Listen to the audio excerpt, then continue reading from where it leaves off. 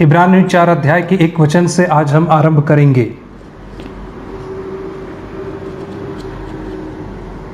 हम जानते हैं कि हमें डरने और चिंता करने की आवश्यकता नहीं है, और यह एक ऐसी बात है जिसे आजकल के बहुत सारे प्रचारक इसके बारे में प्रचार कर रहे हैं। और ये सारे प्रचारक आज की सारी परिस्थितियों के बीच में जो संसार में हो रही है, वे कहते हैं कि हमें डरना नहीं है, घबराना नहीं है।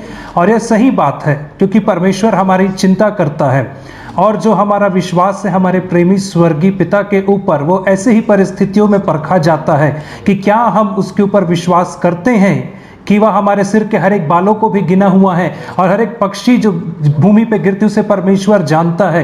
यीशु मसीह के जो वचन है परीक्षा के समय में ही परखे जाते हैं, उस समय नहीं जब चीज़ें आसानी से हमारे बीच में घटित होती हैं। और आप में से बहुत सारे लोगों के लिए, आपके लिए कोई आर्थिक समस्या नहीं आई होगी, आर्थिक संघर्ष नहीं होगा आपके जीवन में, परंतु बहुत सारे लोग ऐसे हैं जो परमेश्वर के संतानों के बीच में है, और भारत देश में विशेष तौर पे जो आर्थिक संकट से होकर के गुजर रहे हैं, और उनका विश्वास एक नहीं परंतु अनेक बातों में परखा जाता है। पहला तो कोरोना वायरस के क्षेत्र में परखा जाता है, और दूसरा कि क्या वो कोरोना के बीच में बचेंगे या नहीं बचेंगे, और दूसरे उनको आर्थिक रीति में परखा जाता है कि क्या उन्हें नौकरी मिलेगी, क्या उन्हें तनख्वाह मिलेगी कि नहीं, क्या उन्हें रोजी मजदूरी मिलेगी नहीं, क्या उन्हें खेत में काम करने का मौका मिलेगा।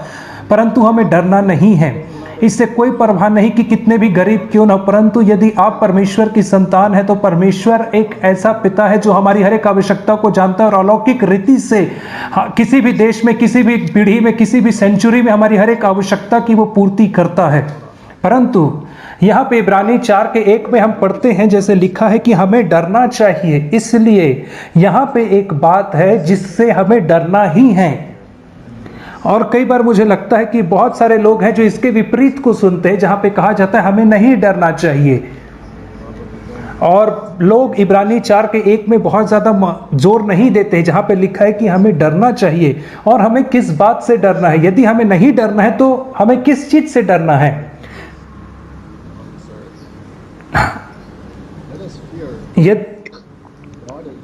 यदि परमेश्वर ने एक प्रतिज्ञा की है तो उसके विश्राम में प्रवेश करने की प्रतिज्ञा की है, तो हमें डरने की आवश्यकता है, क्योंकि हम में से कोई उससे वंचित रहने के कगार पे होते हैं। और यह विश्राम क्या होता है? और इस संदर्भ में यह बहुत ही क्लियर है, बहुत ही स्पष्ट है कि यहाँ पे यह पापों की क्षमा के विषय में नहीं कह रहा है। एक विश्राम आता है जहाँ पे हमें दोष भावना से स्वतंत्रता मिलती है, और नरक जाने की भावना से जब हम स्वतंत्र होते हैं वहाँ भी हमें विश्राम आता है। और यह जो भय है बहुत ही निचले स्तर का भय है, परंतु दोष भावना से स्वतंत्र होना जो है वह एक बहुत ही महत्वपूर्ण विश्राम है, जहाँ पे हमें से हर एक को पहुँचना है, और उसके ऊपर हमें बहुत जोर देना है। उसके लिए हमें हर समय एक स्वच्छ विवेक रखने की आवश्यकता है।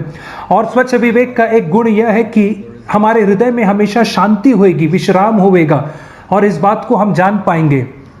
और जितने भी पाप को हम जानते हैं उन्हें हमने परमेश्वर के सामने अंगीकार कर लिया है। यही तो मतलब होता है ज्योति में चलने का, और जो ज्योति हमें मिली है उसी के अनुसार चलने का। और धीरे धीरे ये ज्योति बढ़ते जाती जैसे जैसे हम प्रभु के पीछे चलते हैं। और एक विश्राम है कि जो हमारे स्वच्छ विवेक की वजह से आता है, और हम परमेश्वर के मुख को बिना किसी दोष भावना के देख सकते हैं।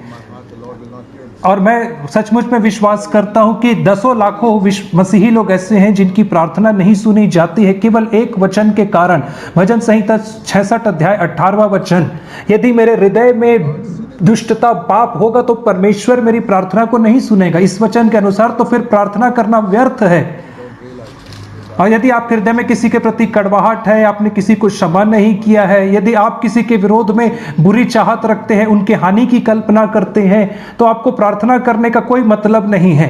और कितनी भी बुराई दूसरे व्यक्ति ने आपसे क्यों ना की होगी ये, परंतु यदि मैं उसके प्रति दुष्टता रखता हूं, उसके प्रति बुरा चाहता हूं, एक छोटा सा भी यदि मैं उसके प्रति बुराई रखता हूं, तो मेरे हृदय में पाप है। और यह तो यीशु मसीह का हृदय नहीं। और मैंने बार बार आप लोगों से कहा है कि पाप का जो स्तर है वह यह नहीं है कि उन कामों को जो हमें नहीं करने के लिए कहा गया उसे हम नहीं कर रहे हैं, परंतु वह यह है कि हम सब ने पाप किया और परमेश्वर की महिमा से रहित हो गए। यही तो नए नियम में पाप की परिभाषा है। और केवल यह नहीं कि हम आज्ञा को माने या व्यवस्था का पालन करें, परंतु परमेश्वर में यीशु मसीह में दिखती है यूहन्ना 1:14 में। और यदि आप यूहन्ना 1:14 को मिला ले और रोमियो 3:23 को मिला ले तो आपको पाप की परिभाषा मिलेगी। पाप वह है जो कुछ भी यीशु मसीह के जीवन से कम रहता है, वह पाप है। और यदि आप यीशु मसीह के शिष्य हो तो आपके लिए यही पाप की परिभाषा है। इसके अलावा जो भी पाप की परिभाषा है, पहला यूहन्ना 3 में जो लिखा है उसका 5वें वचन में कि व्यवस्था का तोड़ना, व्यवस्था का विरोध पाप है। या याकूब 4 का अंतिम वचन की जो मुझे पता है भलाई करना दी मैं उसे नहीं कर रहा वो पाप है। यह सारी छोटी चीजें, लेकिन मैं उनसे धीरे धीरे करके मैं बढ़ता हूं। वहां पे फिर मैं पढ़ता हूं उस स्तर तक की जो पाप है वो यीशु मसीह के जीवन से कम हो जाना है।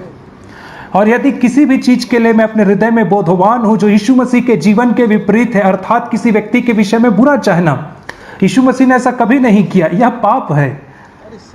परंतु यदि मैं ऐसा रख रहा हूं कड़वाहट, तो मैं प्रार्थना करके अपने समय को बर्बाद कर रहा हूं। पूरी रात पूरा दिन प्रार्थना कर सकते हैं, उसके बदले आप सोने जा सकते हैं। यदि मेरे हृदय में एक पाप है और हमें ज्यादा से ज्यादा उन लोगों के विरोध में कंसर्न होने की आवश्यकता है जिन्होंने किसी के हृदय में कड़वाहट रखी है, जिन्हें मैं पसंद नहीं करता। और ये सबसे निचला स्तर है जहां से मैं शुरुआत करना चाहूंगा, जैसा हमने इब्रानी 4:1 में पढ़ा है। हर एक मनुष्य जो 7 या 8 वर्ष से बड़ा होता है और वो किसी के प्रति क्रोध रखता है, और जैसे हम बड़े होते हैं तो हम बहुत सारे लोग हैं जिन्होंने हमें चोट पहुंचाया है, हमारे ससुराल के लोग, पड़ोसी के लोग, हमारे बॉस, हमारे रिश्तेदार, जिन्होंने हमसे जाने अनजाने में कोई बुराई की है। हमारे जीवन भर लोग, हम उन्हें स्मरण रखते हैं, हम उन्हें अपने दिमाग से नहीं मिटा पाते हैं। परंतु यदि कोई भी बात मेरे हृदय में है जो प्रेम के विरोध में है तो वह पाप है।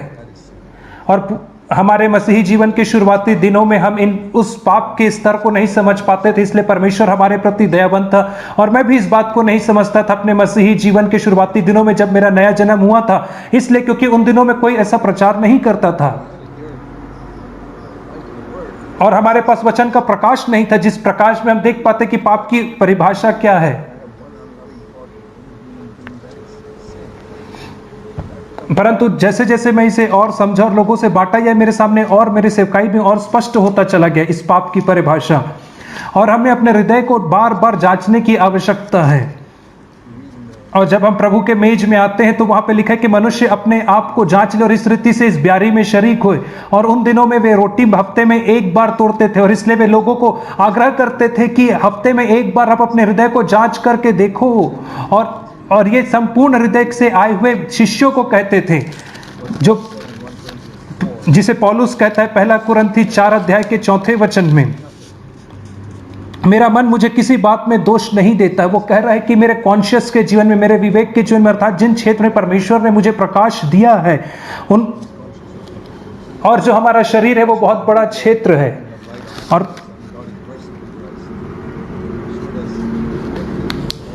और यदि परमेश्वर हमारे शरीर की भ्रष्टता को दिखाएगा तो हम बहुत निराश हो जाएंगे। और ये ठीक वैसे ही जैसे हम स्कूल में पढ़ते हैं, हम एक क्लास से दूसरे क्लास में जाते हैं, और जब हम पहली कक्षा में होते तब हमें 10वीं कक्षा का पाठ नहीं पढ़ाया जाता है, नहीं तो हमारे लिए वो बहुत ज्यादा हो जाएगा। परमेश्वर हमें कदम दर कदम हमारी अगुवाई करता है, और जैसे हम धीरे धीरे ऊपर ऊपर बढ़ते हैं तो हम पाते हैं कि परमेश्वर की जो व्यवस्था है वो प्रेम की व्यवस्था है। 1 यूहन्ना 1 में वो कहता है परमेश्वर ज्योति है। और हम कहेंगे ज्योति का क्या मतलब होता है, और ज्योति में चलने का मतलब हम समझ सकते हैं कि ईमानदारी से चलना। परंतु इसका क्या अर्थ है कि परमेश्वर ज्योति, उसका यह अर्थ नहीं कि परमेश्वर ईमानदार है। परमेश्वर ज्योति है, इसका क्या मतलब होता है?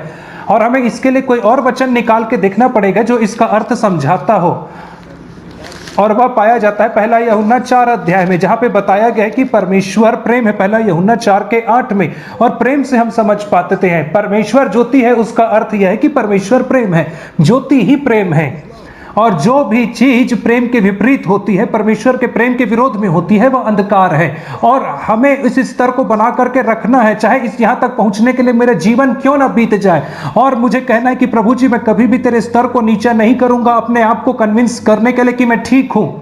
और कई जगह पे मैं यह उदाहरण देता हूँ, फिलिपियों 4:4 में जो लिखा है, जहाँ पे प्रभु में सदा आनंदित रहो, उसका अर्थ यह होता है कि मेरे जीवन में कभी भी एक ऐसा भी क्षण नहीं आना चाहिए कि जहाँ पे मेरे हृदय में आनंद ना रहे, कभी नहीं, कभी नहीं, कभी नहीं। और हो सकता है कि बाहरी तौर पे हमें दुख आ सके, शोक आ सकता है, जहां पे हमारा कोई प्रिय व्यक्ति की देहांत हो जाए, ऐसा हो सकता है, परंतु वो ऐसा नहीं कह रहा है कि अपनी परिस्थितियों में आनंद मनाओ, परंतु वो कह रहा है कि प्रभु में आनंदित रहो। और वो कहता है हमेशा, हमेशा मतलब है 24 घंटे 7 दिन। और यदि कोई व्यक्ति इस स्तर को नीचा करता है और कहता है कि हमेशा का मतलब हमेशा नहीं होता है, उसका अर्थ है कि अधिकतर बार। और वो कहेगा कि यदि अधिकतर समय तो मैं खुश रहता हूं, आनंदित रहता हूं, तो मैं आपसे कहना चाहूंगा कि आप कभी भी उस स्तर में नहीं पहुंच पाएंगे। आप कहोगे, आप चौथी कक्षा में ही रहोगे और आप कहोगे मुझे तो गुणा करना, भाग करना, धन करना, सबट्रैक्ट करना आ गया। परंतु मैं आपसे कहूंगा कि पढ़ाई लिखाई में इससे भी बड़ी बड़ी चीजें जो आपको सीखना है। और इसलिए वो नहीं कह रहा कि हमेशा कुछ कुछ समय आप आनंदित रहो, परंतु वो कह रहा है कि प्रभु में सदा आनंदित रहो, सदा। इसलिए मेरे जीवन का कोई भी क्षेत्र जहां पे मैं वचन को पढ़ता हूं और मैं उसे अपने स्तर में लेकर के आता हूं नीचा करके, तो ये यहां पे मैं गड़बड़ी करता हूं। और मुझे हमेशा इस बात को जानना है कि परमेश्वर का एक स्तर है, और मुझे बार बार मुझे इस बात को समझना है कि मैं अभी तक वहां नहीं पहुंचा हूं, परंतु मैं वहां पे पहुंचना चाहता हूं। और जब तक हम वहां तक नहीं पहुंच पाते, हमें इन बातों को लगातार सुनना, और इसीलिए तो मैं इन बातों को बार बार बोलने से नहीं ले जाता हूं। और यदि मुझे गुणा करने में दिक्कत होती तो मुझे बार बार गुणा के प्रश्नों को हल करना है, ताकि मैं उसमें सिद्ध हो सकूं। और इसलिए हम एक बार एक वचन को सुन करके हम समाप्त नहीं हो जाते हैं। और एक वचन यदि वास्तविकता में हमें जकड़ना है, तो हमें उस वचन को कम से कम, उस संदेश को 10 से 15, 20 बार सुनने की आवश्यकता है। क्योंकि आज हम इतना ज्यादा अपने आप को धर्मी ठहराते हैं, जिसे हम अज्ञानता के पाप हैं, बहुत सारे विश्वासी लोगों के अंदर होती है। यह आदम का एक स्वभाव है हमारे अंदर, जो परमेश्वर की आज्ञा की अवहेलना ही नहीं करता है और केवल अपने पत्नी की आवाज को नहीं सुनता। ये तो 2 चीजें थे जिसे आदम ने किया, परंतु इसके अलावा आदम जब पकड़ा गया, उसने कहा तो ये मैं नहीं परंतु मेरी पत्नी थी, कुछ ना कुछ बहाना निकाल लेना। और यही तो आदम ने किया था। जब परमेश्वर ने उससे पूछा तो उसने कुछ बहाना निकाल के अपनी पत्नी के ऊपर दोष मर दिया। इसी तो कहते हैं सेल्फ जस्टिफिकेशन, मतलब अपने आप की सफाई देना। और इसी चीज को तो यीशु मसीह ने फरीसियों के ऊपर चिन्हांकित किया। और हमें इससे बहुत घृणा करनी है, वैसे ही घृणा करनी जैसे हम कड़वाहट से और व्यभिचार से और सारे गंदे कामों से हम घृणा करते हैं, गंदे विचारों से, पोर्नोग्राफी से घृणा करते हैं, वैसे ही सेल्फ जस्टिफिकेशन से, आत्म को धर्मी ठहराने से मुझे वैसे ही घृणा करना। और ऐसे ही घृणा करने वाला पाप है, मुझे इसे इसी तरीके से देखने की आवश्यकता है। और लूका रचित सुसमाचार 15 अध्याय के 16 वचन में हम पढ़ते हैं कि यह घृणित है। किसी भी तरीके से यदि मैं अपनी सफाई देना चाहता हूं, तो वो परमेश्वर के सामने एक घृणित काम है, ये परमेश्वर के सामने घृणित चीज है। और मैंने हमेशा इस वचन को पुराने नियम के एक और वचन से जोड़ा है, जो व्यवस्था विवरण में पाया जाता है। और वहां पे लिखा गया है, इस्राएलियों को जब तुम टॉयलेट के लिए जाते हो छावनी के बाहर, तो अपने साथ एक स्पेड, एक खुरपी लेकर के जाओ, ताकि जब तुम अपना काम कर चुको, ताकि तुम जो भी मल तुम्हारे शरीर से निकले उसे तुम मिट्टी से ढांप सको। क्योंकि जब परमेश्वर तुम्हारे मध्य में उस छावनी में चलेगा, तो वो वहां पे कोई भी घृणित वस्तु को नहीं देखना चाहता है। और इसी को तो मैं घृणित वस्तु कहता हूं, एक ऐसा टॉयलेट जिसे फ्लश नहीं किया गया। और वो क्या है घृणित वस्तु? अर्थात अपने आप को धर्मी ठहराना। ये एक ऐसे टॉयलेट के समान है जिसे हमने फ्लश नहीं किया है, और इसे तो परमेश्वर एक घृणित वस्तु के तौर पर देखता है। इसलिए मेरे जीवन में 0% सेल्फ जस्टिफिकेशन होनी चाहिए, और कहना है प्रभु जी, हाँ प्रभु जी, मैं हूं, ये कोई और नहीं, मेरी पत्नी नहीं, परंतु मैं हूं। और मैंने उस पेड़ में से लिया, मैंने उस फल में से लिया, मैंने कैसे कोई परवाह नहीं की किसने मुझे दिया, परंतु मैंने ही खाया। इसलिए मुझे अपनी सफाई नहीं देना है परमेश्वर के सामने, आत्म सफाई नहीं देना है। और हमें अपने को कठोरता से जांचने की आवश्यकता है। और बहुत सारे लोग पवित्र आत्मा से भरे जाने की खोज करते हैं, परंतु यदि आप वास्तविकता में पवित्र आत्मा से भरना चाहते हैं, तो पवित्र आत्मा से भरे जाने का एकमात्र चिन्ह होता है, केवल अन्य भाषा बोलने से आप संतुष्ट न रहें, और इस बात से संतुष्ट न रहे कि भूतकाल में आपको कुछ अनुभव मिला। रोमियो 5 अध्याय के 5वें वचन में हम पढ़ते हैं, और यह पवित्र आत्मा से भरे जाने का सबसे स्पष्ट परिभाषा है कि परमेश्वर का प्रेम पवित्र आत्मा के द्वारा हमारे हृदयों में उंडेला जाता है, पवित्र आत्मा के माध्यम से। इसका अर्थ यह है कि अर्थात जब पवित्र आत्मा आता है तो मेरा हृदय परमेश्वर के प्रेम से भर जाता है। मेरे हृदय में जो प्रेम है वो निचले स्तर का प्रेम है, लेकिन परमेश्वर का प्रेम ऐसा प्रेम है जिसे मैं अपने से प्रोड्यूस नहीं कर सकता हूं, उपजा नहीं सकता हूं। इसीलिए तो मुझे परमेश्वर के प्रेम की आवश्यकता है, क्योंकि मेरे शरीर में कोई प्रेम नहीं है और मैं खुद से प्रेम करता हूं। परंतु जो परमेश्वर का जो प्रेम है वो ऐसा प्रेम है, क्योंकि परमेश्वर ने जगत से ऐसा प्रेम किया कि उसने अपने इकलौते पुत्र को दे दिया, पूरे संसार को के लिए दे दिया, उस ऐसे संसार के लिए जिसने उससे नफरत किया। और वो एक ऐसा प्रेम था, उनके लिए अपने जीवन को दे देने वाला प्रेम, जो मुझसे नफरत करते थे, जो मुझे हार्म करना चाहते थे, जो मुझे मारना चाहते थे, और अपने शत्रुओं के लिए हमेशा अच्छा चाहना। और यही तो वो प्रेम है। और हमेशा उनके विषय में सोचना कि जो हमें हानि पहुंचाते हैं उनके विषय में सोचना कि मैं उन्हें अच्छा करके दिखा सकूं। और ऐसा प्रेम को हम अपने अंदर नहीं उपजा सकते, क्योंकि यह प्रेम हमारे अंदर अपने आप नहीं होता। जब तक हम पवित्र आत्मा से नहीं भरेंगे तो प्रेम हमारे अंदर नहीं आएगा। और मैं देखता हूं कि प्रेम जो यहाँ पे वर्णन किया गया है वो है 3 तरीके से। पहला तो यह है कि परमेश्वर का प्रेम पवित्र आत्मा द्वारा मेरे हृदय में उंडेला जाता है। यही तो नींव है। ये मुझे बताता है कि तू परमेश्वर के आंखों का तारा है, तू उसका चुना हुआ है। परमेश्वर तेरी परवाह रखता है, परवाह करता है। तू सबसे बढ़ करके है, सारे पक्षियों से बढ़ करके तेरा मूल्य है। और यह मुझे बताता है कि परमेश्वर मुझसे बढ़ करके, बहुत एक पिता से बढ़ करके मुझसे प्रेम करता है। सांसारिक पिता लोग जितने अपने बच्चों से प्रेम करते हैं उससे बढ़ करके परमेश्वर मुझसे प्रेम करता है। और क्या जब आपको अपने बीमार बच्चे की चिंता होती तो परमेश्वर उससे बढ़ करके आपकी चिंता करता है। जब आपके घर में कोई समस्या आती, बीमारी, तकलीफ, बीमारी, गरीबी, तो उससे बढ़ करके परमेश्वर आपकी चिंता करता है। और हमें इसके प्रति आश्वस्त होना है। और मैं इससे तभी जान पाता हूं जब परमेश्वर का प्रेम पवित्र आत्मा की तरह मेरे हृदय में उंडेला जाता है। और यहीं से जो दो मंजिल है, और यह है कि यीशु मसीह के प्रति ज्वलन वाला प्रेम। और मैं लोगों से इसलिए प्रेम कर सकता हूं कि हाँ, देख करके अरे उन्होंने मेरे लिए कितना प्रेम किया, मेरे लिए कितना काम किया। फिर मैं यीशु से प्रेम कर सकता हूं उसके विषय में एक मूवी देख करके कि कैसे उसने मेरे लिए जीवन को दिया, और उसके प्रेम के विषय में सुन करके मैं उसे प्रेम का प्रत्युत्तर दे सकता हूं। यह तो ह्यूमन रिस्पॉन्स है लव का, जिसे तो हम ह्यूमन बींग्स के लिए भी दिखाते हैं। परंतु जो परमेश्वर के प्रति जो फर्वेंट ज्वलंत प्रेम है वो केवल पवित्र आत्मा के द्वारा ही आता है। उदाहरण स्वरूप जैसे यीशु मसीह ने कहा, तुम परमेश्वर से और धन से, दोनों से प्रेम नहीं कर सकते हो।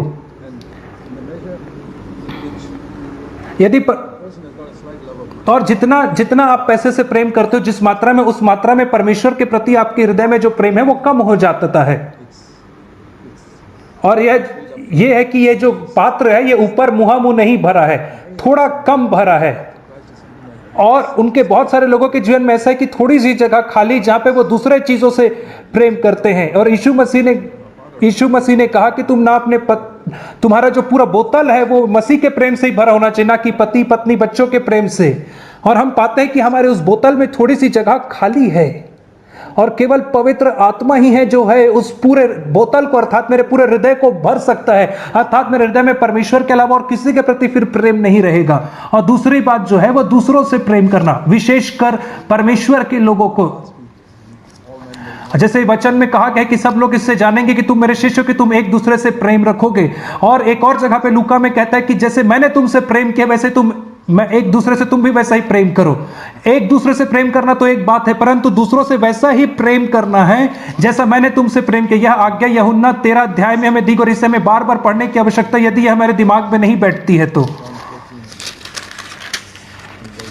यूहन्ना 13 अध्याय और उसका 34 वचन, मैं तुम्हें एक नई आज्ञा देता हूं कि एक दूसरे से प्रेम रखो जैसा मैंने तुमसे प्रेम रखा है। और जो प्रेम पवित्र आत्मा हमारे हृदयों में उंडेलता है वो सबसे बड़ा फाउंडेशन न्यू हमारे जीवन में डालता है कि परमेश्वर मुझसे प्रेम करता है सब।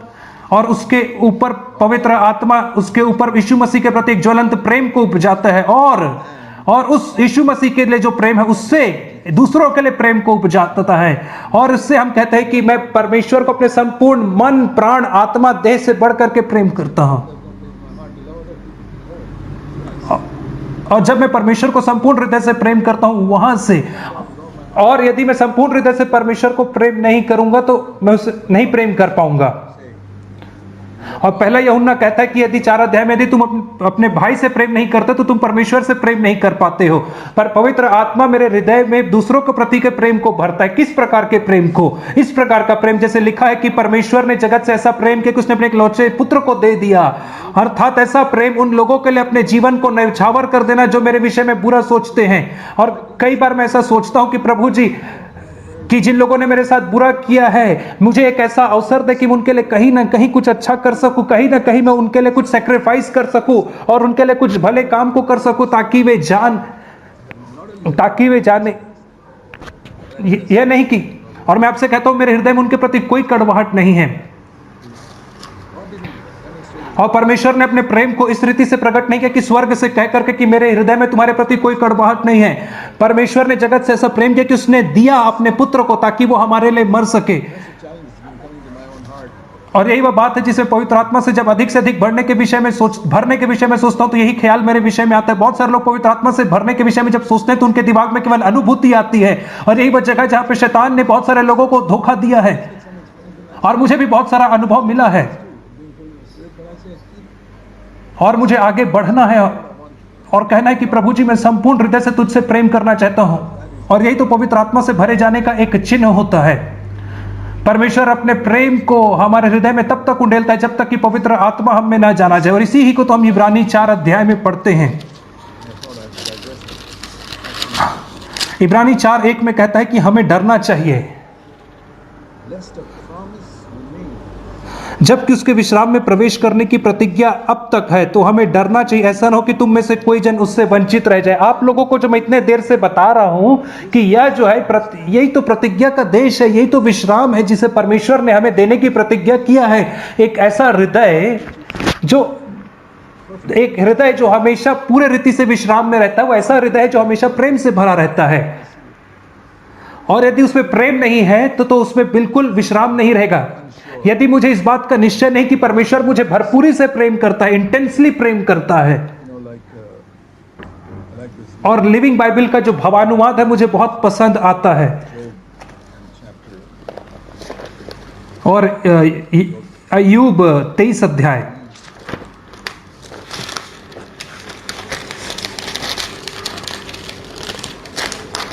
अय्यूब 23 अध्याय और उसका 10 वचन, वो हर एक छोटे से छोटे डिटेल को, बारीक से बारीक चीजों को जानता है जो घटित हो रहा है उनके विषय में। और ये अद्भुत पैराफ्रेज है, भावानुवाद है। वो हर एक डिटेल को जानता है। और मेरे बाइबल के मार्जिन में लिखा है कि मेरे साथ कैसे घटित होता है, जो चीजें मेरे साथ घटित हो रही उसके हर एक डिटेल को परमेश्वर जानता है। और इससे मुझे बहुत कंफर्ट और विश्राम मिलता है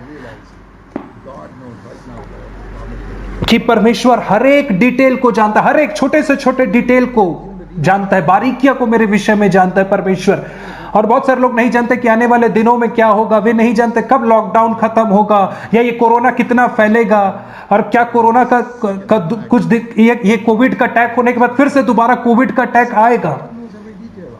और मुझे इन सब चीजों को जानने की आवश्यकता नहीं है, परंतु परमेश्वर मेरे जीवन से संबंधी हर एक बारीकियों को, डिटेल को जानता है। और मैं इतना ही नहीं परंतु नई वाचा में इससे एक स्तर ऊपर जानता है। और नई वाचा में रोमियो 8 में कहता है कि ये सारी जो बारीकियां हैं ये मिल करके मेरे लिए भलाई को उत्पन्न करती है। और यही तो हमें विश्राम में लेकर के आती हैं।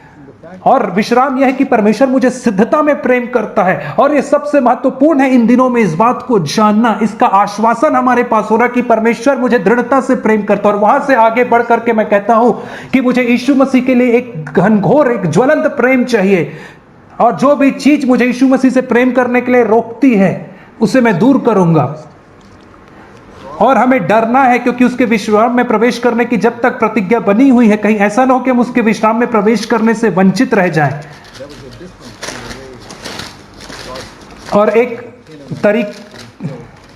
और दो अलग अलग तरीके थे जिस तरीके से परमेश्वर मिस्रियों को मारना चाहता था या कनानियों को मारना चाहता था। जब परमेश्वर ने मिस्रियों के बीच से इस्राएली को निकाला तो वहां पे उनको कुछ नहीं करना पड़ा। बस मूसा ने अपनी लाठी उठाई और परमेश्वर ने फिरौन उसकी सारी सेना को लाल समुद्र में डुबा के मार डाला, परंतु वहां पे उनको कुछ नहीं करना पड़ा। परंतु जब वे कनान देश में है, यहाँ पे उन्हें अभी भी परमेश्वर के ऊपर विश्वास करना था। क्योंकि ये तो टिड्डियों के समान थे और वहां तो बड़े बड़े दानव थे, और ये उन बड़े बड़े दानव को अपनी शक्ति से नहीं उनके ऊपर जय प्राप्त कर सकते थे, और उनको हर एक विजय के लिए परमेश्वर के ऊपर भी भरोसा रखने की आवश्यकता थी, और परमेश्वर ने किया। एक जगह पे हम पढ़ते हैं कि परमेश्वर ने सूर्य को रोक दिया ताकि यहोशू जो है वो युद्ध को जीत सके, परंतु यह मिस्रियों को हराने के समान नहीं था, और ये वैसा नहीं था जहां पे हम आराम से बैठे रहे और परमेश्वर को काम करते हुए देखे। ऐसा बिल्कुल भी नहीं था। कनान में उनको खुद जाकर के लड़ना था, परमेश्वर की सामर्थ में स्वयं जाकर के लड़ना था, ताकि कोई व्यक्ति वहां पे ऐसा कह सकता था कि परमेश्वर करेगा, परंतु वहां पे परमेश्वर कुछ नहीं करता। कालेब को वहां खुद जाकर के करना पड़ा, युद्ध लड़ना पड़ा। उन्होंने विश्वास किया कि यदि परमेश्वर हमारे साथ है तो हम जीतेंगे, हम जय को पाएंगे, और इस प्रकार की विजय है जो यहां पे कही गई है। यदि आप इसके इब्रानी 3 के पहले वचनों को पढ़ेंगे इस पर, और वहां पे कनान के विषय में कह रहा है, कनान ही विश्राम का देश है। इब्रानी 3 का 16 में कहता है, भला किन लोगों ने सुनकर भी क्रोध दिलाया? क्या उन सब लोगों ने नहीं जो मूसा के द्वारा मिस्र से निकले थे, और वह 40 वर्ष तक किन लोगों से क्रोधित रहे? इब्रानी 3:17। क्यों परमेश्वर इनसे क्रोधित था? क्योंकि परमेश्वर ने उनसे कहा था कि जा करके तुम कनान के देश को अपने कब्जे में ले लो, और उन्होंने कहा कि नहीं नहीं, हमसे नहीं हो पाएगा, ये वहां बड़े बड़े दानव हैं। और जो कनान का देश है अनेक वर्षों तक, और 20वीं शताब्दी के पहले, और जितने प्रचारक लोग आए वे बताते थे कि कनान जो है, और आप पुराने भजनों को देखें, जब मैं मृत्यु की नदी को पार करूंगा तो मैं कनान देश में पहुंचूंगा जो स्वर्ग है। लेकिन अंतिम दिनों में परमेश्वर ने हमें प्रकाश दिया है कि जो कनान का देश है वो स्वर्ग नहीं है, क्योंकि स्वर्ग में कोई दानव नहीं है जिन्हें हमें लड़ना है। अभी कनान का जो देश है वो मेरे शरीर में है, और यदि मैं अपने जीवन में विश्राम में पहुंचना चाहता हूं तो मुझे अपने शरीर के हर एक दानव को मार के गिराने की आवश्यकता है, और इसे परमेश्वर अपने आप नहीं करेगा, मुझे स्वयं करना है। मैं हाथ में हाथ धर के नहीं बैठ सकता हूं, क्योंकि मुझे इस बात को जानना है कि मैं एक टिड्डी के समान हूं, और हम टिड्डी के समान हैं, और इस शरीर में बड़े बड़े दानव रहते हैं, और यहाँ पे चिंता का दानव है, यहाँ पे कड़वाहट का दानव है, यहाँ पे अशांति का दानव है, यहाँ पे कुड़कुड़ बुड़बुड़ का दानव पाया जाता है, लैंगिक व्यभिचार का दानव पाया जाता है, और बड़े बड़े दानव हैं, परंतु इनके सामने हम टिड्डी के समान हैं, हम कैसे लड़ सकते हैं? परंतु यहोशू और कालेब ने कहा यदि परमेश्वर हमारी ओर है तो ये लोग टिड्डी के समान है। गिनतियों की पुस्तक में हम पढ़ते हैं, ये बिल्कुल भी कठिन नहीं होगा। और उन्होंने कहा कि इन दानव को मारना बिल्कुल रोटी खाने के समान, क्योंकि रोटी इतनी नरम होती है। यह विश्वास था, और वे पीछे हाथ पे हाथ धर के नहीं बैठे, वे युद्ध में गए। विश्राम में प्रवेश करना यही होता है, यह अपने आप होने वाली चीज नहीं है। और विश्राम सबसे पहले आता है जब परमेश्वर ने मेरे पापों को क्षमा किया, और वहां पे मुझे कुछ करने की आवश्यकता नहीं। वहां पे मुझे परमेश्वर के पास मन फिरा के आना है और कहना है कि प्रभु जी मैंने पाप किया, अपने पापों का अंगीकार करना, और मुझे कहना है कि मैं आगे फिर से कभी पाप नहीं करूंगा। हम ऐसी प्रतिज्ञा नहीं कर सकते मैं फिर कभी पाप नहीं करूंगा, परंतु हम यह कह सकते हैं कि मैं आगे को पाप नहीं करना चाहूंगा। और हम कहते हैं कि पूरे मन से मैं विश्वास करता हूं कि तू मेरे पापों के लिए मरा, मृतकों में से जी उठा, और इतना करने पे प्रभु हमारे पापों को क्षमा कर देता है, और 100% परमेश्वर की ओर से हमें क्षमा मिलती है। और इब्रानी 8:12 में कहता है कि ना कल मैं तुझे क्षमा करूंगा, परंतु मैं तेरे पापों को कभी स्मरण नहीं करूंगा। यह एक विश्राम है। यह तो शुरुआती दिन है, ये तो वैसे ही जैसे फाटक से प्रवेश करना, सकेत फाटक से प्रवेश करना है, परंतु जैसे सकेत फाटक से प्रवेश करते हैं, वहां पे सकेत मार्ग है, सकरा मार्ग है जो हमें कनान को लेकर के जाता है। और उसी के विषय में तो यहां पे कहा गया है, 19 वचन में कहा गया है कि वे जो दूसरा जो के लैंड ऑफ केनन था वे उसमें नहीं प्रवेश कर पाए।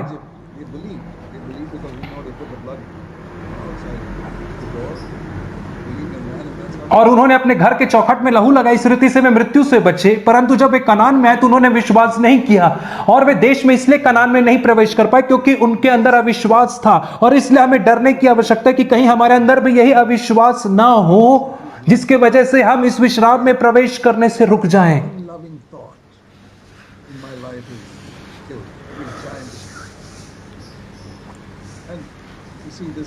और इसे आप देखते हैं कॉन्शियस और अनकॉन्शियस, इन चेतन और अचेतन के पाप। यह बहुत बड़ी जमीन है, बहुत बड़ा देश है, और केवल उन्हीं दानों को वे मार पाए जिन्हें वे देख पाए। और जब वे कनान के एक हिस्से में घुसे और वहां पे उन्होंने एक दानव को देखा यरीहो में, तो उन्होंने उसे मार गिराया। फिर आयल में गए तो उन्होंने आयल के दानव को मार गए। जब उन्होंने किसी दानव को देखा, परमेश्वर की सामर्थ्य उस दानव से लड़े और उसे मार करके गिरा पाया। इसका यह अर्थ नहीं कि उन्होंने कनान की सारी भूमि को जीत डाला, है ना। ये तो यहोशू के जीवन के अंत में भी हम देखते हैं कि बहुत सारे दानव थे जिन्हें अभी भी कनान के देश में जीतने की आवश्यकता थी। बहुत सारा लैंड था जिसे अभी भी जीतने की आवश्यकता थी। उन्होंने उसके थोड़े से हिस्से को ही ऑक्यूपाई किया था, प्राप्त किया था। अब वे थोड़े से हिस्से को प्राप्त करके वे आराम से बैठ सकते थे कि मरुस्थल के जीवन से तो अच्छा, लेकिन परमेश्वर की चाहत यह है कि वे पूरे कनान के देश को अपने कब्जे में लें। परमेश्वर की चाहत है कि हम अपने शरीर के हर एक लालसा के ऊपर, अभिलाषा के ऊपर जयवंत हों और वह हम पर अधिकार न जताएं। और यह हमारी सामर्थ्य में नहीं होगा, परंतु यह परमेश्वर की सामर्थ्य के द्वारा होगा जब हम अपने जीवन को पूरे रीति से समर्पित करेंगे। इसलिए हमें डरने की आवश्यकता है, क्योंकि यहां पर यह प्रतिज्ञा है। और प्रतिज्ञा क्या है कि पाप मेरे ऊपर प्रभुता नहीं कर सकता है, और यह स्पष्ट प्रतिज्ञा है। और रोमियो 6:14 में कौन सा पाप है जो इससे बाहर किया गया? कोई भी पाप नहीं, हर एक पाप इसमें सम्मिलित है। जो भी पाप मेरे शरीर के अंदर है, रोमियो 6:14 के अनुसार। हम बहुत सारी थियरीज सुनते हैं ओवरकमिंग सिन के ऊपर, पाप के ऊपर, जयवंत होने के ऊपर, और जो जॉन वेस्ली के दिनों में बहुत प्रसिद्ध हुए। और ये ऐसे अनुभव के विषय में बताते हैं जहां पे पूरी रीति से वे शुद्ध हो गए थे। वो धोखा है। और उन लोगों के साथ क्या हुआ जिन्होंने ये मान के बैठा कि पूरी रीति से शुद्ध हो चुके, जब उन्होंने कुछ गलत किया तो उन्होंने माना कि हमसे कोई गलती हो गई है। और क्योंकि परंतु यीशु मसीह का लहू किसी गलती को माफ नहीं करता। यदि आप परमेश्वर के पास जाओगे और आप कहो मैंने गलती की है, तो वो क्षमा नहीं करे, क्योंकि यीशु मसीह का लहू पापों को क्षमा करता है। इसलिए यदि आप इस बात को लेकर के जाएंगे कि मैंने गलती की, तो आपको क्षमा नहीं करेगा। हमें इस बात को ज्ञात करना है, ईमानदार होकर के जाने कि मैंने पाप किया, क्योंकि यीशु मसीह का लहू सब पापों से शुद्ध करता है। हमें परमेश्वर के पास जाना, हर एक पापों को स्वीकार करना, अंगीकार करना है वहां पे हमें। और यदि हम अंगीकार करेंगे तभी हमें क्षमा मिलेगी। परंतु यदि हम कहें, और हम देखते हैं कि यूहन्ना 95 वर्ष की आयु में कह रहा है कि यहाँ पे दो खतरे हैं जो मंडरा रहे हैं। पहला यूहन्ना 1:10 में, यदि हम कहें कि हमने कोई पाप नहीं किया है, मैंने कभी पाप नहीं किया अपने जीवन में, यह एक धोखा हो सकता है हमारे लिए, जिसे बहुत कम लोग इसे जानते हैं। परंतु जो दूसरा धोखा है, 95 वर्ष की आयु में भी यूहन्ना इस रीति से कहता है 8वें वचन में, यदि मैं कहूं कि मैंने पाप नहीं किया, तो यह एक और प्रकार का धोखा है। और मुझे नहीं पता कि हम में से कोई लोग पहले धोखे में गिरेंगे यदि हम कहो कि हमने कभी पाप नहीं किया है, क्योंकि हम इससे आगे बढ़ के हमने परमेश्वर से पापों की माफी मांगी है। और हम एंटायर सेंटिफिकेशन को अपने चर्चेस में नहीं सिखाते, परंतु कई ऐसे ग्रुप्स हैं जो आज भी ऐसी शिक्षा को देते हैं। और वे कहते हैं कि पवित्र आत्मा में भरे जाने का समतुल्य कि यू आर एंटायरली सेंटिफाइड। वे ये कहना चाह रहे कि तुमने कभी कोई पाप नहीं किया, परंतु यूहन्ना 95 वर्ष की आयु में कह रहा है,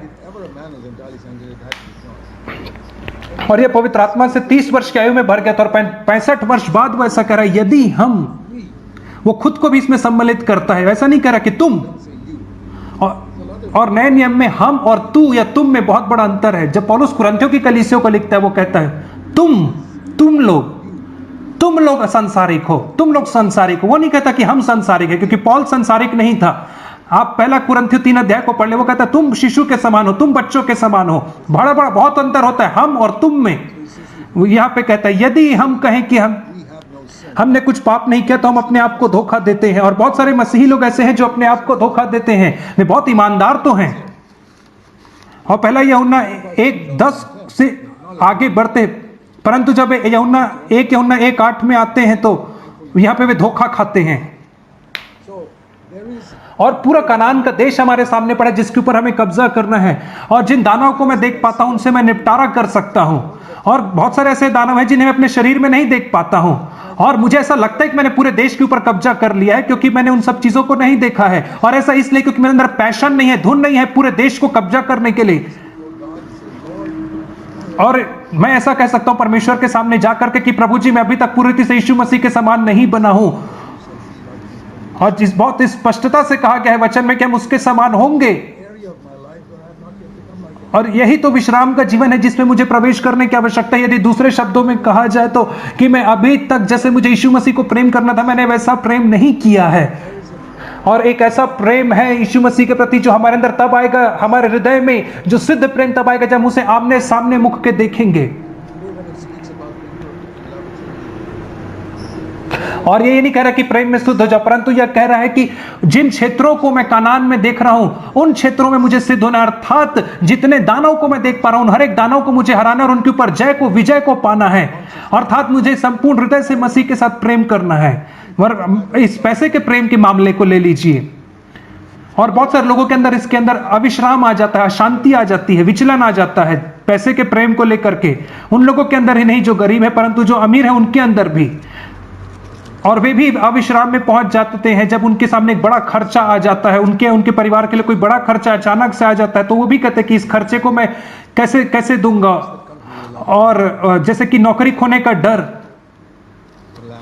या नौकरी से निकाल देने का डर या असुरक्षा की भावना पैसे को लेकर के, या कंपनी से लेड ऑफ होने का डर, ये सारी चीजों का डर आ जाता है। और यीशु ने कहा लूका 16 और उसके 13 वचन में कि कोई व्यक्ति दो स्वामियों की सेवा नहीं कर सकता, कोई परमेश्वर और पैसे की सेवा नहीं कर सकता। और ये बहुत ही स्पष्ट है, और ये दो स्पष्ट स्वामी हैं आपके सामने। और यदि मैं परमेश्वर की सेवा 10% और 90% पैसे की सेवा कर रहा हूं, तो मुझे अंदर तो अविश्राम रहेगा ही। मुझे अपनी जीविका कमाने की आवश्यकता है, और इसको भी बड़े स्पष्टता से दूसरे थिस्सलुनीकियों 3 अध्याय में हमें सिखाया गया है। दूसरा थिस्सलुनीकियों 3 अध्याय और उसका 10 वचन, यदि कोई व्यक्ति काम ना करना चाहे तो वो खाना भी ना खाए, और यह व्यवस्था है पवित्र आत्मा ने जिसे दी है। दूसरा थिस्सलुनीकियों 3 अध्याय और उसका 10 वचन, यदि एक व्यक्ति यदि वो काम करना ना चाहे तो वो भूखा मरे। और परमेश्वर ने यह बात ठहराई है, उसने आदम से यही बात कही कि तू अपने माथे के पसीने से अपनी रोटी खाएगा। और परमेश्वर ने उससे कहा कि ये उतना आसान नहीं रहेगा जैसे पहले आदम की वाटिका में इजी था, वैसा अब इजी नहीं रहेगा तेरे लिए। और उसमें से एक बात यह थी कि बच्चे को जन्म देते समय कष्ट होना, और हर एक पुरुष को पसीने बहाने थे अपनी जीविका कमाने के लिए। और यदि एक मनुष्य काम करने के लिए इच्छुक नहीं है तो उसे खाना भी नहीं खाना। इसलिए तो मैं कह रहा हूं कि हमें काम करना है, और उस काम में मैं कहना चाह रहा हूं, और उस काम में हमें पैसे की आराधना नहीं करना है। हमें कहना प्रभु जी यह नौकरी तूने दी है, इसके लिए मैं तेरा धन्यवाद हूं। मैं यहाँ पे इसलिए काम करता हूं ताकि मैं अपने परिवार की देखभाल कर सकूं, परंतु अल्टीमेटली अंततः मैं तेरी ही सेवा कर रहा हूं ताकि मैं सड़क में भिखारी ना बन जाऊं। मैं नहीं चाहता कि दूसरे लोग मेरा ख्याल रखें। और यीशु मसीह कभी एक बेघर बार व्यक्ति नहीं था, वो गरीब था परंतु वह बेघर व्यक्ति नहीं था। और वह इतना भी ज्यादा गरीब नहीं था कि उसे लोगों से भीख मांगना पड़े उसकी आवश्यकता के लिए, क्योंकि उसका पिता उसकी किसी न किसी रीति से उसकी जरूरतों को पूरा करता था। शुरुआती दिनों में तो वो बढ़ा ही था, और जब वो पूर्णकालिक मसीह सेवकाई में आया, और यदि परमेश्वर किसी को भी पूर्णकालिक मसीह सेवकाई में बुलाता है तो वो उसकी आवश्यकताओं की पूर्ति करेगा। मैं यह कहना चाह रहा हूं कि आप परमेश्वर और धन दोनों की सेवा नहीं कर सकते हो। मैं परमेश्वर और धन दोनों से प्रेम नहीं कर सकता हूं। तभी तो यीशु मसीह ने कहा तुम परमेश्वर और पैसे दोनों की सेवा नहीं कर सकते हो। तुम परमेश्वर और पैसे दोनों से प्रेम नहीं रख सकते, क्योंकि तुम एक से तो मिले रहोगे और दूसरे को तुच्छ जानोगे। इसलिए यह एक और क्षेत्र है जहां पे हमारे लिए बहुत आसान है कि हम अपने आप को धोखा दे सकते हैं कि हमने विश्राम में पहुंच गए, ये कह के हम धोखा दे सकते हैं, या हम यह कह के धोखा दे सकते हैं कि हम पैसे के प्रेम से पूरी रीति से स्वतंत्र हैं। क्या आप आज इन चीजों को अपने जीवन में देख पा रहे हैं? मैं 56 वर्षों से पूर्णकालिक रीति से परमेश्वर की सेवकाई कर रहा हूं, और जब मुझे जहां तक स्मरण आता है, जब से मैंने नेवी में अपने नौकरी का त्याग पत्र दिया था,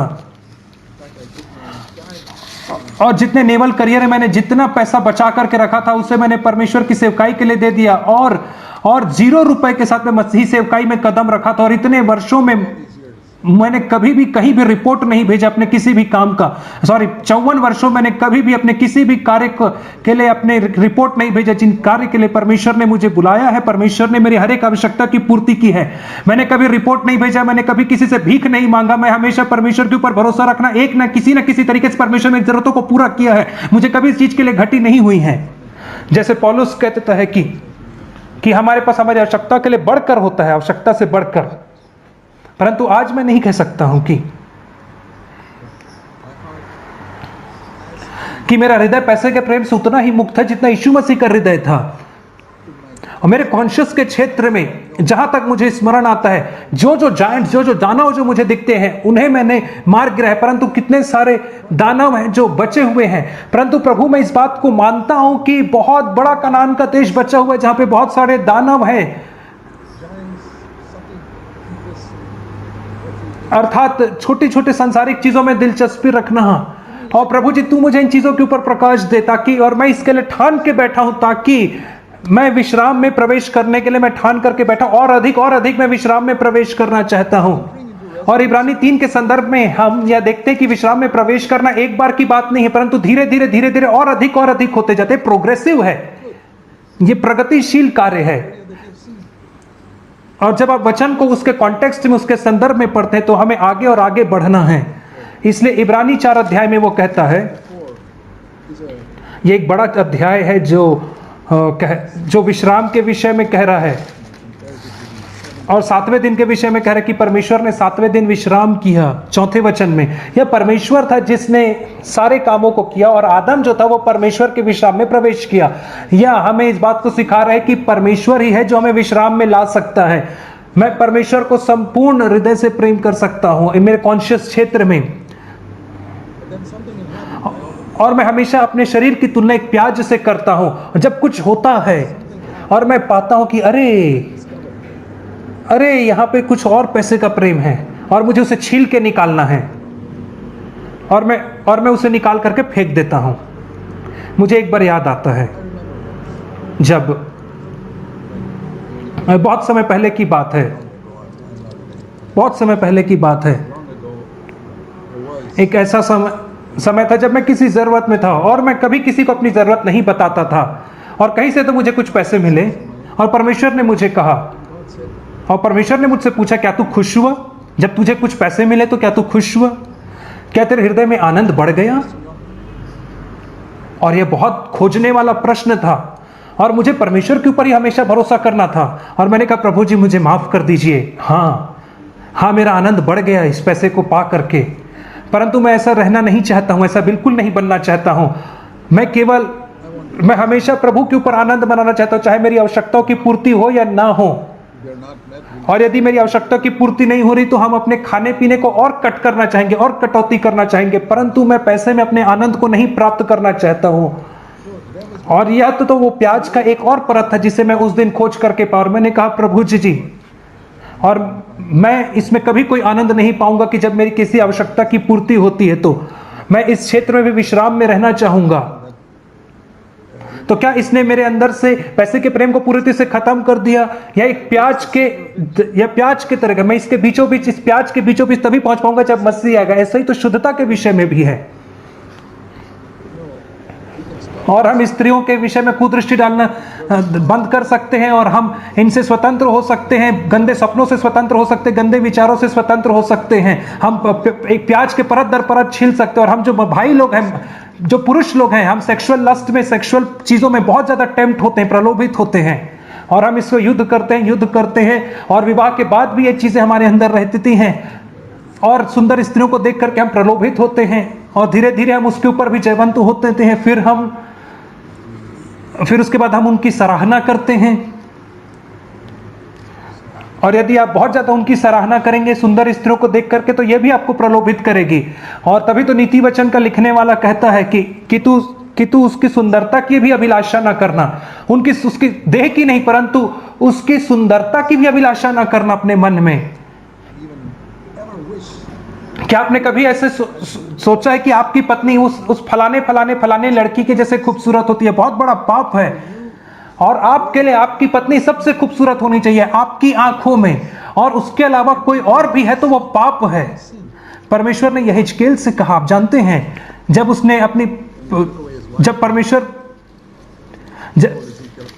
जब परमेश्वर ने यहेजकेल की पत्नी को उससे दूर किया, तो परमेश्वर ने यहेजकेल को कहा कि मैं तेरे आंखों की अभिलाषा को, तेरी आंखों की प्रिय को तेरे सामने से दूर कर रहा हूं। यहेजकेल 23:24 में। और वो कह रहा है कि मैं तेरे आंखों की प्रिय को तेरे सामने से अलग कर दूंगा। एक अद्भुत भविष्यद्वक्ता यहेजकेल, उसके आंखों की प्रिय थी उसकी पत्नी। यह अद्भुत बात है। जब आप परमेश्वर से अपने संपूर्ण हृदय से प्रेम करेंगे तो आप इस क्षेत्र में एकदम शुद्ध रहेंगे, और आप इतने शुद्ध रहेंगे कि आपकी पूरी लालसा आपकी पत्नी के लिए रहेगी, आप दूसरी स्त्री को नहीं देखना चाहेंगे। और मैं अपने जीवन के ऐसे छोटे छोटे क्षेत्रों को दिखाना चाह रहा हूं जहां पे हम अशांति में, अविश्राम में हो सकते हैं, और इसलिए हमें डरने की आवश्यकता कि हम कहीं उस विश्राम से वंचित न रह जाएं। और कई बार हम इसमें से संतुष्ट हो सकते हैं कि हमने इतने सारे चीजों के ऊपर जयवंत हो ले, क्योंकि हमें एनसीसीएफ में इतने सारे चैलेंजिंग मैसेजेस को सुनते हैं, परंतु और कई बार हमें लगता है कि हम दूसरे विश्वासियों से ज्यादा मैंने कनान देश के ऊपर कब्जा किया है, और उसने 20% जीता है, मैंने 25% या 30% जीता है, तो मुझे किसी व्यक्ति से अपनी तुलना नहीं करना है, एक ही व्यक्ति से मुझे अपनी तुलना करना है। यीशु मसीह से की ओर देखने का अर्थ यह होता है कि मैं अपनी तुलना केवल प्रभु यीशु मसीह से ही करता हूं। इब्रानियों की पत्री 12 अध्याय में कहता है कि आइए हम इस दौड़ को दौड़े यीशु मसीह की ओर देखते हुए, वही तो मेरे विश्वास का ऑथर अर्थात उद्गम स्थल, और वही तो मेरे विश्वास का समाप्त करने वाला है। जो दौड़ा और उसने कभी भी पाप नहीं किया, वही मेरा ऑथर है, उद्गम स्थल, और वही मेरा समाप्ति है।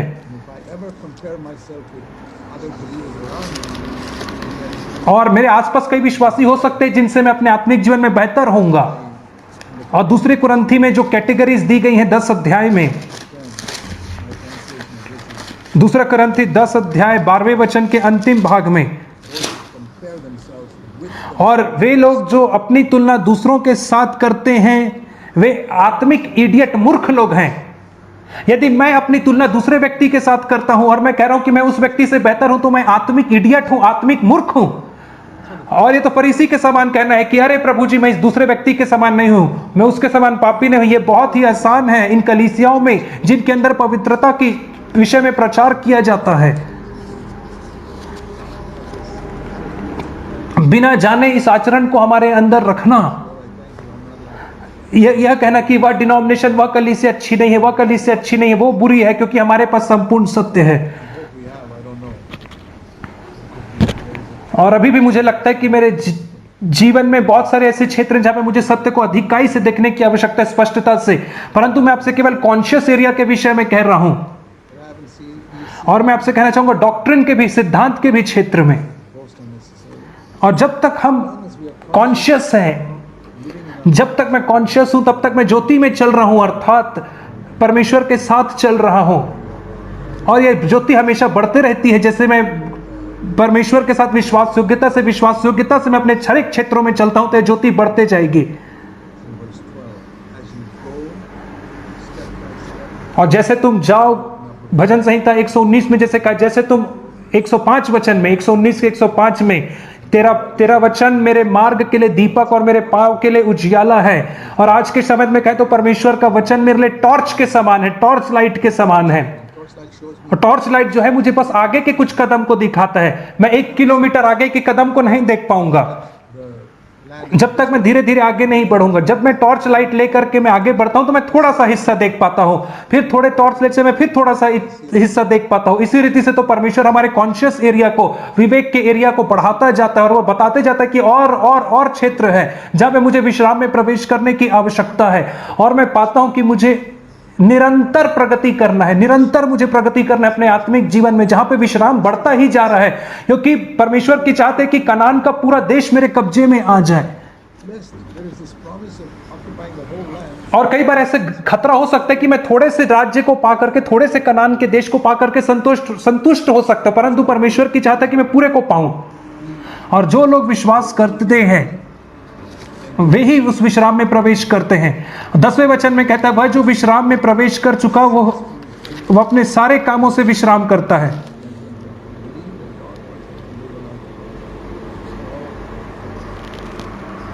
और इस विश्राम में प्रवेश करने के लिए परमेश्वर हमें ज्योति देता है। और 12वां वचन जो है वो भी इसी संदर्भ में है, इसलिए हमें 11वें वचन में कहना है हमें प्रयत्न करना है विश्राम में प्रवेश करने के लिए, कहीं ऐसा ना हो कि कोई जन उनके समान आज्ञा ना मानकर गिर पड़े। और वो कहता आगे, क्योंकि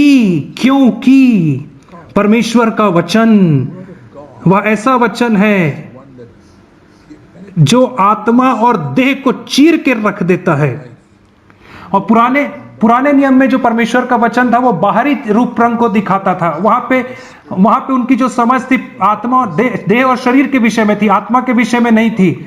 और पुराने नियम के लोग आज भी सोचते हैं कि मनुष्य आत्मा, शरीर और प्राण है, परंतु जब हम पहला थिस्सलुनीकियों 5 अध्याय में देखते तो हम पाते हैं नए नियम के अनुसार कि मनुष्य, देह, प्राण, आत्मा तीनों चीज है।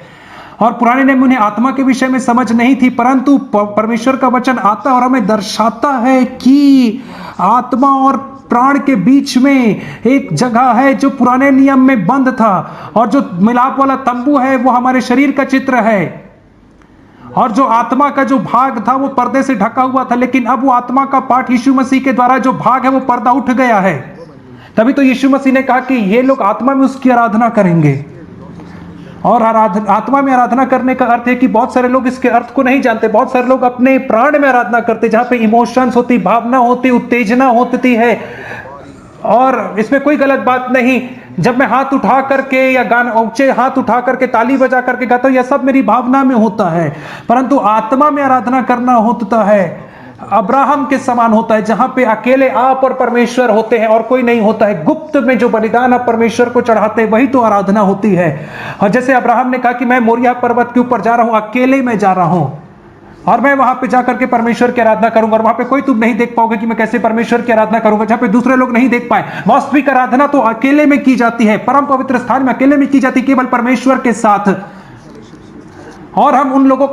और फिर हम उन लोगों के साथ संगति करते हैं जो परमेश्वर के साथ महापवित्र स्थान में अकेले रहते थे, और यह बहुत ही अद्भुत संगति होती है। और यही तो वचन है जो कहता है कि परमेश्वर का वचन प्राण और आत्मा के बीच में चीर देता है और मेरे मन के हर एक अभिप्रायों को प्रकट करता है। और ये सारी चीजें पुरानी वाचा में नहीं थी। जब हम नई वाचा में देखते हैं, पवित्र आत्मा परमेश्वर के वचन को इस्तेमाल करता है कि प्राण और आत्मा को बीच में डिवाइड करता है।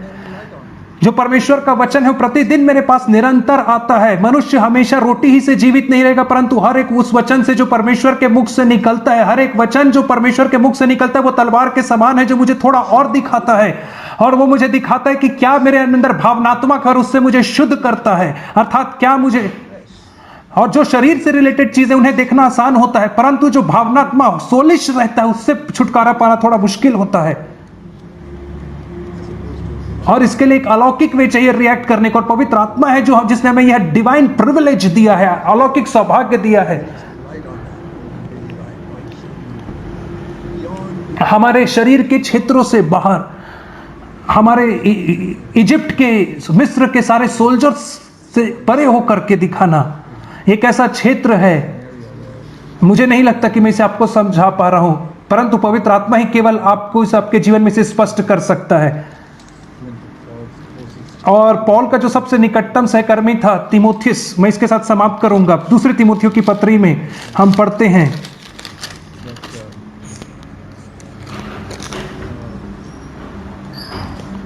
और मैंने जो आपसे कहा उसके विषय में सोचिए।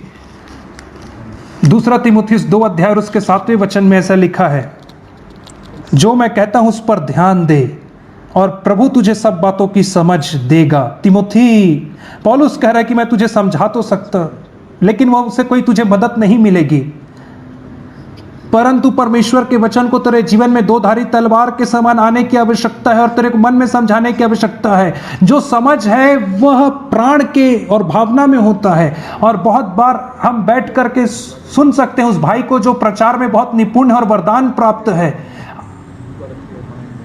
और आपके पास अच्छा बुद्धि, और आप इंटेलेक्ट से इंटेलेक्ट, बुद्धि से बुद्धि, आप चीजों को समझ सकते हैं। आपको लगता है कि आपने समझा, परंतु आप नहीं समझ पाए हैं। आपने उसे अपने प्राण में समझा है, परंतु होने दीजिए कि परमेश्वर का वचन आकर के आपके प्राण और आत्मा को अलग अलग करे और आप आत्मा में, मन में इन चीजों को समझ पाए। जिन बातों को मैं आज कर रहा हूं आप उन बातों पर ध्यान दें, और परमेश्वर आपको सारी बातों की समझ देगा। इस नम्र स्थान को ले मेरे भाइयों, और कहिए प्रभु जी मैंने कुछ बातों को सुना है, मैंने परंतु केवल मेरे मन में है, परंतु तू ही मुझे मेरे मन में समझ दे सकता है। मैं उस पवित्र स्थान में प्रवेश करना चाहता हूं। यह कोई ऐसी बात नहीं जिसे मैं समझा जाऊं, परंतु ये कोई ऐसी बात है जिसे मैं अनुभव करना चाहता हूं, और केवल पवित्र आत्मा ही ऐसा कर सकता है। मैं आशा करता हूं कि मैंने बहुत आप लोगों के दिमाग में बहुत असमंजस को, कंफ्यूजन को डाल दिया, ताकि आप परमेश्वर की खोज कर सके।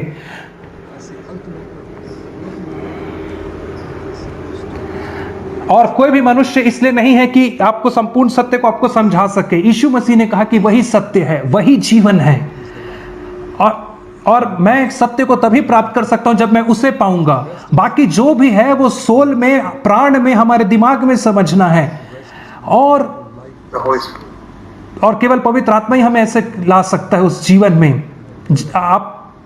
आप उसे खोजेंगे। परमेश्वर एक जलन रखने वाला परमेश्वर है, और वो जलन रीति से हमारे आत्मा की लालसा करता है। वो हमसे ऐसा समझाना चाहता है जिसे कोई मनुष्य, कोई टीचर हमें नहीं समझा सकता। इसलिए मैं यहां पे छोड़ देता हूं। मैं प्रार्थना करता हूं कि पवित्र आत्मा अपने इन वचनों को लेगा और आपको इन वचनों को लेकर के महापवित्र स्थान में आपकी अगुवाई करेगा और आपको समझाएगा कि परमेश्वर में विश्राम करना क्या होता है और परमेश्वर से प्रेम करना क्या होता है, पवित्र आत्मा का हमारे हृदय में प्रेम कुंडेलना क्या होता है। आइए हम प्रार्थना करें। स्वर्गीय पिता, मैंने अपना भरसक प्रयास किया है प्रभु जी, और मैं एब्सोल्युटली कॉन्शियस हूं कि मुझे पर्याप्त ज्योति नहीं है इस क्षेत्र में। मैं जानता हूं प्रभु जी, जो ज्योति तूने मुझे दी है प्रभु जी, उसे कोई और नहीं समझ। मैं प्रार्थना करता हूं प्रभु जी कि तू हर एक इन भाइयों को सिखाएगा कि जो तेरे बेहतर श्रेष्ठ को चाहत रखते हैं, इनमें से कोई भी धोखा ना खाए प्रभु जी। इनमें से कोई भी इस बात से धोखा ना हो कि मैंने 10% कनान को हासिल कर लिया है। हमारी सहायता करके हम आगे बढ़ सके, सिद्धता की ओर बढ़ सके। जैसे पौलुस कहता है, मैंने अभी भी हासिल नहीं किया, मैं अभी भी सिद्ध नहीं हुआ, परंतु मैं उस लक्ष्य की ओर, उस पुरस्कार की ओर मैं दौड़ा चला जा रहा हूं। धन्यवाद पिता, यीशु के नाम में, आमीन।